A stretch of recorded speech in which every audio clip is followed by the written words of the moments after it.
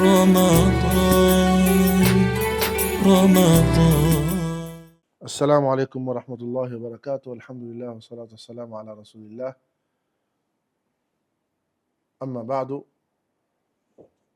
tukiwa katika mwendelezo wa vipindi vyetu vya birrul walidaini, na mara mwisho tumezungumzia kipengele cha pili katika vile vipengele 9 ambavyo kwamba tulikuwa tumesema tutavieleza, ambavyo wanawazuoni wamejaribu kuvichambua na kutuletea khulasa kwamba ili umfanyie wema mzazi wako ni nini ufanye. Tukaanza na kipengele cha kwanza namba 1 chasema ataa lahuma wa talbiyatu awamirihima, ni kuwasikiliza na kuwatii katika yale ambayo kwamba wanakuambia, lakini pia kuitikia amri zao pale wanapokuwa wamekuita, lakini pia kuwapa chakula na al-infaq bikulli ma taanihi al-kalima, kwa maana infaq katika kula, infaq katika nguo, infaq katika kuwapa sehemu za kukaa. Lakini inda alhaja, ikiwa mzazi ni tajiri, huhitajiki kumlisha au nini, lakini pale atakapotaka basi ni wajibu kusikiliza amri yake. Tutakuja kueleza vipi matumizi mali ya mtoto kwa baba, yani baba ana haki ya kutumia mali ya mtoto wake. Itakuja kipengele hicho mbele na maelezo yake inshallah. Kipengele cha pili katika huquq alwalidaini atawadhu lahuma, ni kuwa mnyenyekevu mbele yao, wa muamalatuhuma birifqin. Tukakomea hapa. Arifqu fil muamala, kunatakiwa kitu chaitwa arifq, yani upole katika kuamiliana na wazazi, kimazungumzo, kimatembezi kama tutakokuja mbele huko. Lakini tukizungumzia hii arifq hasa ni kitu ambacho kwamba ni muhimu sana na ni very ni hassas jiddan. Kivipi? Mfano, umemshika mzazi wako mkono au unataka kumfanyia kitu mzazi wako, basi mfanyie kwa rifq na lain na lin, maana wewe laini katika mambo ambayo kwamba wamfanyia mzazi wako. Na katika jumla ya hayo arifq hasa ikiwa mzazi yule ameshakuwa mtu mzima. Tutakuja mbele pia kueleza hilo hasa, lakini si vibaya kugusia hapa, maana yake pengine hawezi kutembea mwendo mkali, mwendo haraka, yani hawezi kuwa katika afya kama uliona wewe, basi kupatikane upole na utaratibu. Naam. Walin wa taqdimuhuma fil kalami wal mashi, na kuwatanguliza wao katika mazungumzo na kutembea. Nini maana kuwatanguliza katika mazungumzo? Kuna mazungumzo yatakuzungumza, mwache mzee kwanza azungumze, mwache baba azungumze, mwache mama kwanza azungumze. Isiwe wewe kwamba wewe kimbele unataka kuzungumza kila kitu.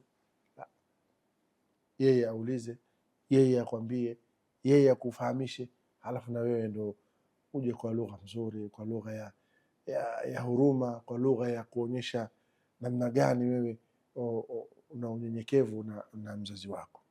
Walmashi, kama tulivyoeleza kule, Abu Huraira alipomwona yule bwana atembea mbele ya mzazi wake, akamwambia, akampa nasaha zile 3: usitembee mbele yake,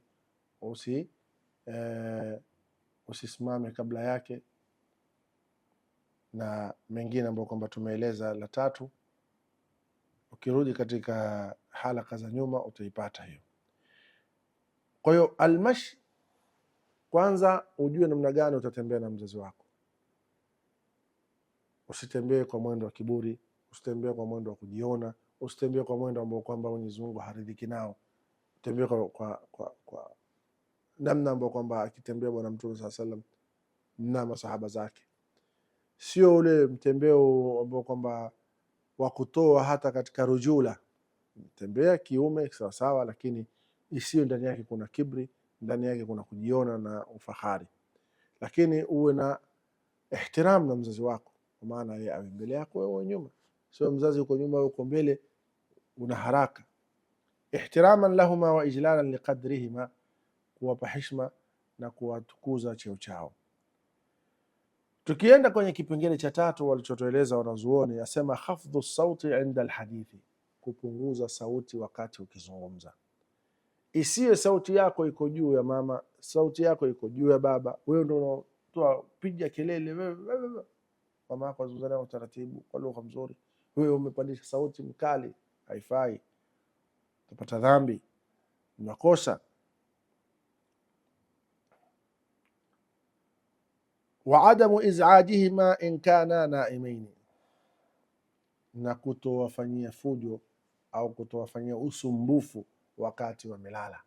Baba na mama wapo chumbani wamelala, wewe uko pengine sebuleni pale au barazani au sitting room umekaa, mmewasha TV, sauti iko juu, mama kule yakereka, baba yakereka, au nyinyi mmekaa na ndugu zako mcheza game zenu au mcheza chochote kile, au mcheza stories zenu, ikawa sauti ziko juu mpaka kule wao washtuka kila saa atoke, mimi simekwambia niacheni fujo. Hayo ni mambo ya utoto.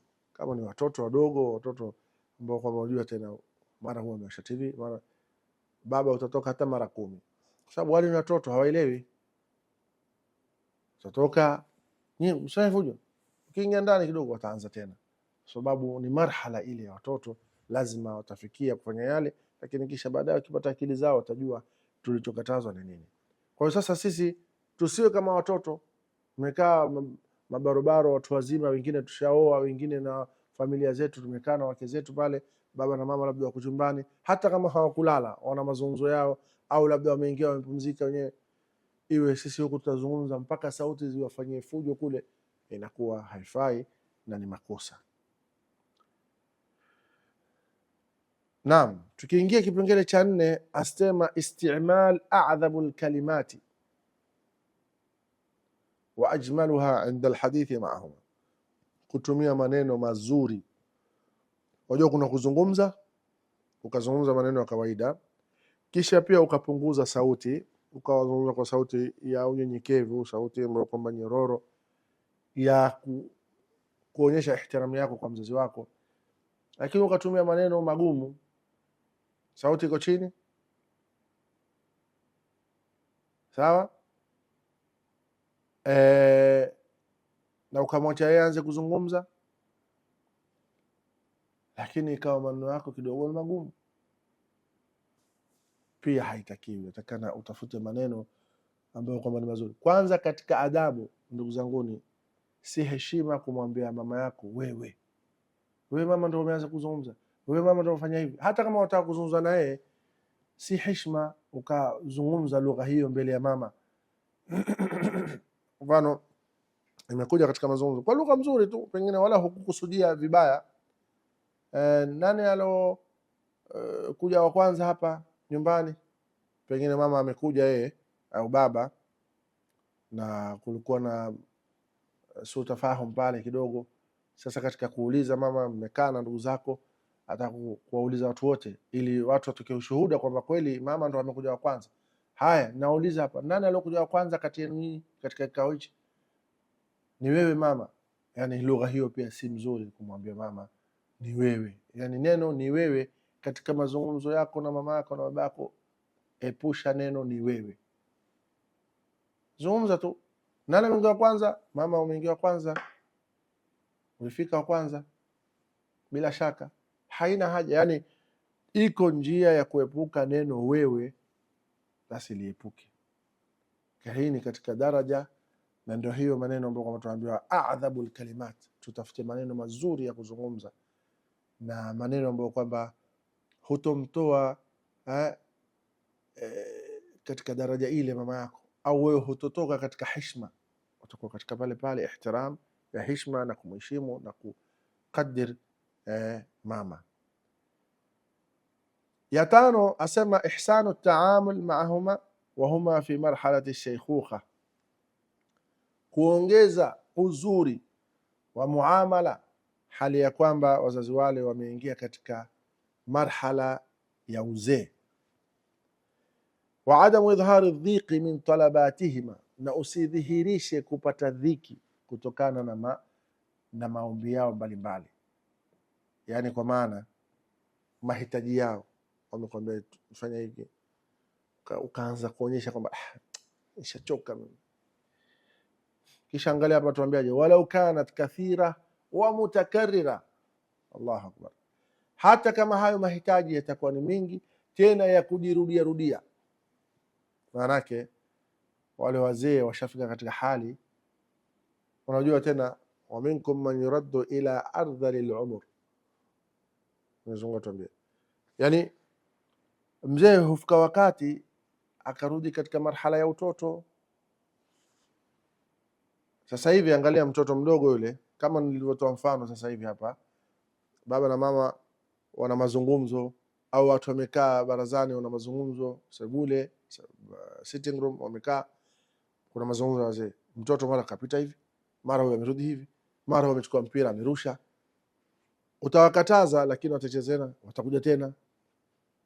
Hakuna njia ya kuambia labda wachukue wafunge mlango, lakini huko chumbani watafanya fujo. Ni marhala ya watoto. Yani mtoto utamkataza kitu, atarudi atakifanya tena kile kile. Hii ni desturi na ndio maisha na ndio sunnatullah fi khalqihi. Yani mtoto ndio maumbile yake.